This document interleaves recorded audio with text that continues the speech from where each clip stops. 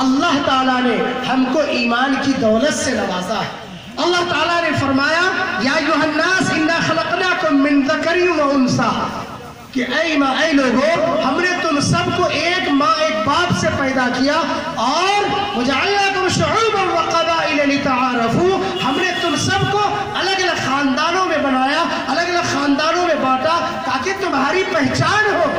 یہ مقصد نہیں ہے کہ تم چھوٹا تم بڑا، آخر کیا مقصد ہے؟ پھر چھوٹا بڑا کی پہچان کیا ہوگی؟ وہ چھوٹا بڑا کی پہچان سن لیجئے، بات ختم ہو جائے۔ ان اکرمکم عند اللہ اتقاکم، اللہ تعالیٰ نے آگے فرمایا کہ جو سب سے بڑا متقی ہوگا، جو سب سے بڑا پرہیزگار ہوگا، وہ سب سے باعزت ہوگا، سب سے شریف مانا جائے گا۔ اور تقوی کی مثال یہ ہے کہ متقی نماز پڑھنے والے کو متقی کہتے ہیں، روزہ رکھنے والے کو متقی کہتے ہیں، اللہ پر ایمان رکھنے والے کو متقی کہتے ہیں، قرآن اور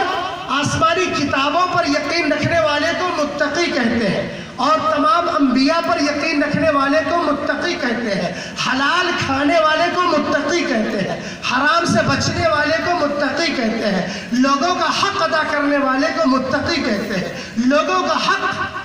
ادا کرنے والے کو متقی کہتے ہیں، اور کسی کی دولت پر بری نظر نہ ڈالنے والے کو متقی کہتے ہیں، کسی کی عزت پر بری نظر نہ ڈالنے والے کو متقی کہتے ہیں، اور چھوٹوں پر شفقت کرنے والے کو متقی کہا جاتا ہے، اچھائی کا راستہ اختیار کرنے والے کو متقی کہا جاتا ہے، برائی سے بچنے والے کو متقی کہا جاتا ہے۔ تو ہم سب متقی بنیں گے انشاءاللہ، اللہ سے ڈریں گے انشاءاللہ، اللہ تعالی ہم سب کی حفاظت فرمائے۔ میرے بھائیو بزرگوں، میں نے جو کچھ کہا دعا فرمائیں کہ اللہ تعالیٰ ان تمام باتوں پر مجھے بھی اور آپ سب کو اور پوری امت مسلمہ کو صحیح عمل کی توفیق نصیب فرمائے۔